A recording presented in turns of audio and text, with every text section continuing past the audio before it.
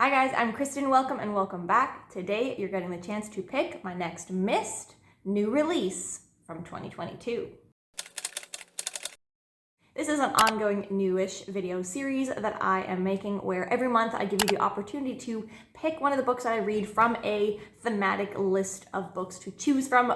In the past, it was a vetoed book club book pick. In June, it was a start of a new fantasy series. And this month, you're getting to pick a book that I really wanted to read or had my eye on. It was an anticipated new release from last year that I just never got around to. And then not only will I read the book that the majority of you pick, but I will also do a dedicated review or spoiler-filled vlog with my thoughts on that specific book. You can comment down below whether or not you would like a formal review or a spoilery vlog. And I'll also be creating a poll on my community channel for that as well.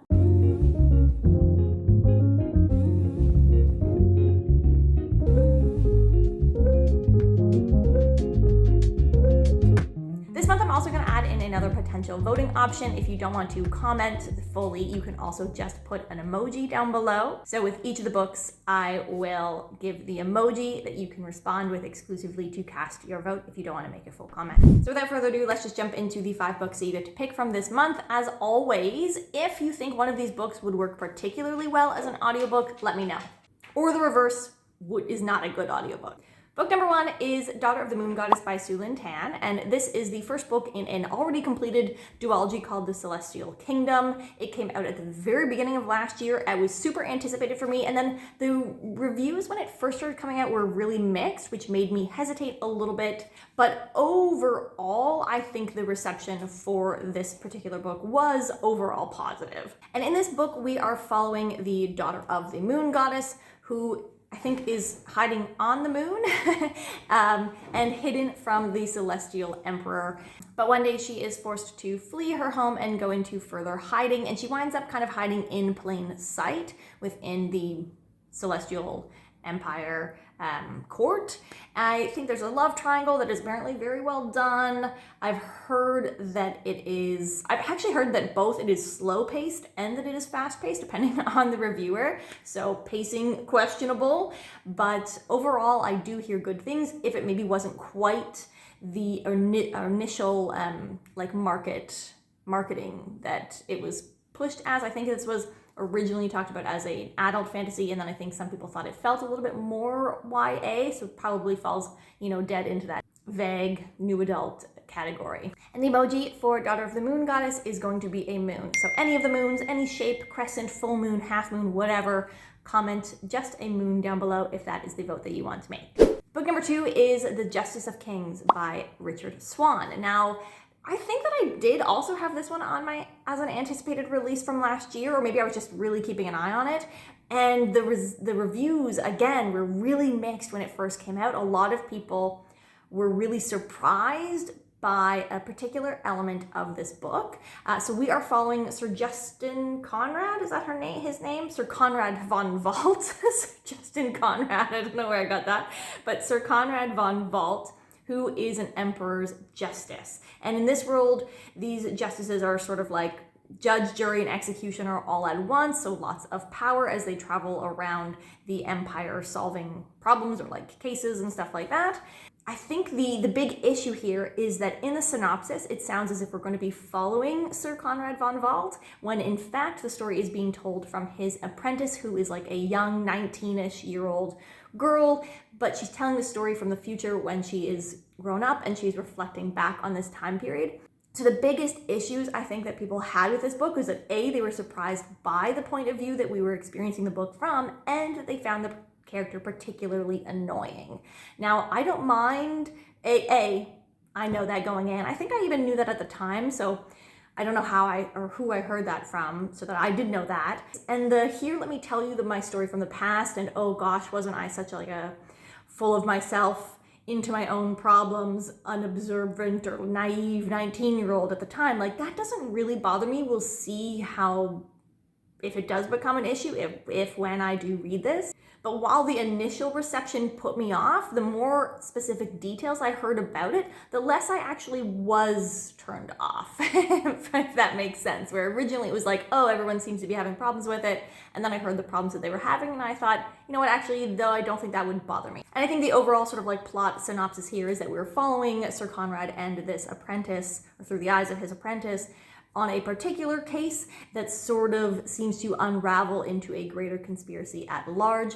The second book in this series, the series of which is called Empire of the Wolf, is either already out or just came out or is about to come out, but there's reviews coming out already that I have seen and people are really, really loving it. I think it's Tyranny of the Faith. So that makes me even more excited to potentially pick this up. If I don't get to it this month, if you don't pick this as the winner, I would really like to read this book at some point later this year. But please don't let that turn you off of picking this. Like, who knows what the rest of my year is going to look like. If you really think I should pick or read this book, vote for it now, just to guarantee it. And the emoji for the Justice of Kings, if you would like to vote in that way, is just to do a crown. So comment down below just one of the crowns, and that is casting your vote for the Justice of Kings. Third book, I'm already seeing a similar trend here with like why I didn't read it last year, and that is kind of mixed reviews at the time that it came out. And this third book is The City of Dusk by Tara Sim. It was like a pretty generally like hyped and talked about new release from last year, but the reception was really, really mixed. Actually, I would say that it was almost more negative than it was positive. But again, it was one where the negative features didn't necessarily turn me off, even though originally they did. I sort of like fall into the original, like, oh, people don't seem to be liking this. And then I start paying attention to like more specific details over time, as well as the occasional positive reception. And that kind of starts to turn my thought process of whether or not it's like, oh no, yeah, that definitely wouldn't work for me, or actually that could work, or you know what, I don't think those problems would be problems for me.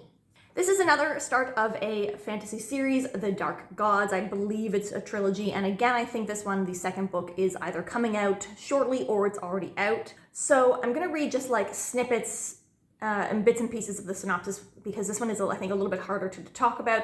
So the four realms, life, death, light, and darkness, all converge on the City of Dusk. For each realm, there is a god, and for each god, there is an heir. So this takes place in one particular city. I think it was somewhere where either the gods still walk the earth or they don't anymore, but they are like heavily involved with the politics, which can be really fun. I think each of the different like houses and gods and heirs all have a different particular magical propensity. Yeah, there's a necromancer, there's an elementalist, a shadow-wielding rogue, and a soldier who struggles to see the light. It says it is set in a gorgeous world of bone and shadow magic, vengeful gods, defiant chosen ones. The City of Dusk is the first in a dark epic fantasy trilogy that follows four heirs of the noble houses as they form a tenuous alliance to keep their kingdom from descending into a realm-shattering war. On the surface, it sounds really good. The main issue, the thing that kept coming up with reviewers over and over and over again, was that maybe the author tried to do too much. There were too many gods, there was too many different types of magic, there was too much going on in the city and the world, so that it either like nothing was done like super well, or it was just a little bit too confusing, and that pushed a lot of people off. However, I will say, that does not tend to turn me off. In fact, another book where I think one could say there are confusing elements or like lots of different types of magic going on and world building would be like, say, the Rook and Rose series, The Mask of Mirrors, which I absolutely loved. Favorite book of 2021. Course of Dragons series, also super confusing, can be, definitely a lot going on in that world. Absolutely love that series, one of my new all-time favorite series. And in fact, one of the reviews that was really positive for this was Sarah from Voyage Through Worlds, and she also loves The Mask of Mirrors and the Course of Dragons series. So that was sort of, I feel like, the one that made me think that I would really like, that maybe this might work for me. But I also know that my friend Sarah DNF'd this like super early on in the book.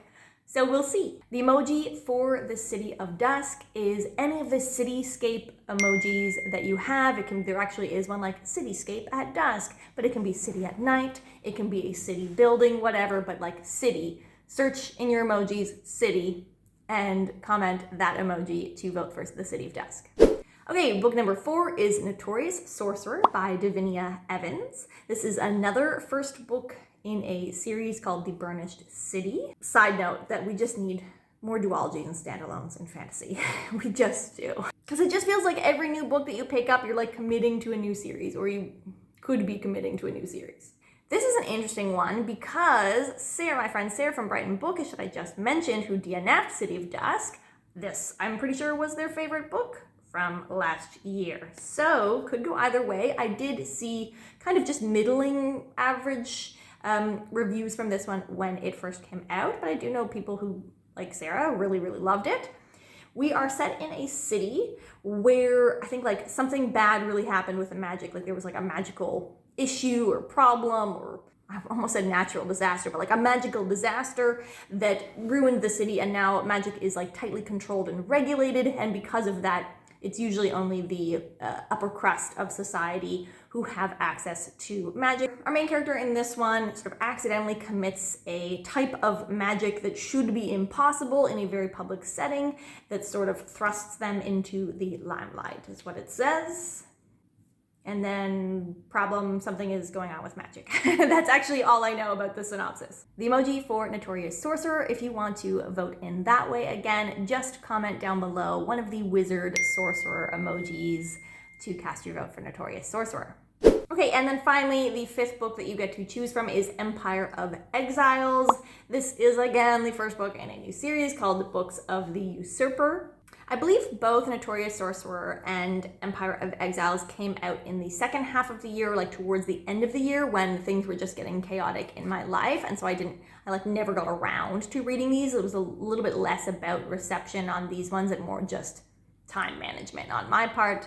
Now, Empire of Exiles is a book with a setup that is a little bit different from my usual, which is that it's sort of like a mystery within a fantasy world and setting. I don't read a ton of that, but I am very open to maybe that is like a new secret subgenre of fantasy that I will absolutely love, to be determined. But in this one, we are following, it's like set in a world years after a serious rebellion, and we have an apprentice scribe who's given some sort of task to like collect an item. He thinks it's a simple errand for a pompous noble, but it turns out the artifacts that he is supposed to be collecting for this errand were the instruments of the revolution from the past. It is the banners under which the Duke led his coup, or attempted coup. And then, of course, a murder takes place in the city that our main character witnesses, and they have to team up with a young mage, a seasoned archivist, and a delusioned detective to solve the truth of the attack. So,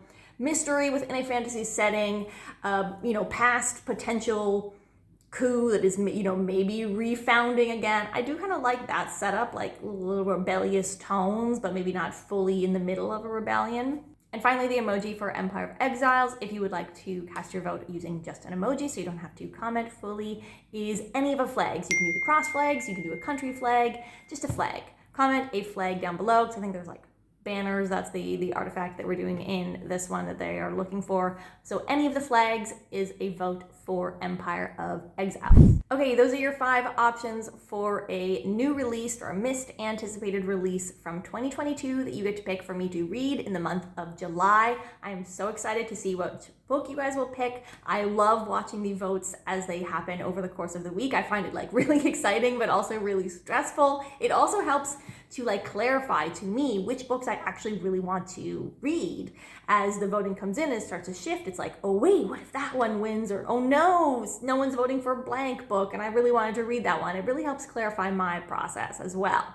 Don't forget to either comment down below the name of the book that you want me to read or the emoji, and I'll go through the reminder emojis and pop them up down below, or pop them up somewhere in just one moment. So you can comment the book. If you'd like, you can specify review or spoiler vlog, and I'll also do a poll on my community tab for that as well. And if you think any of these books has a really great audiobook or a really bad audiobook, let me know that info.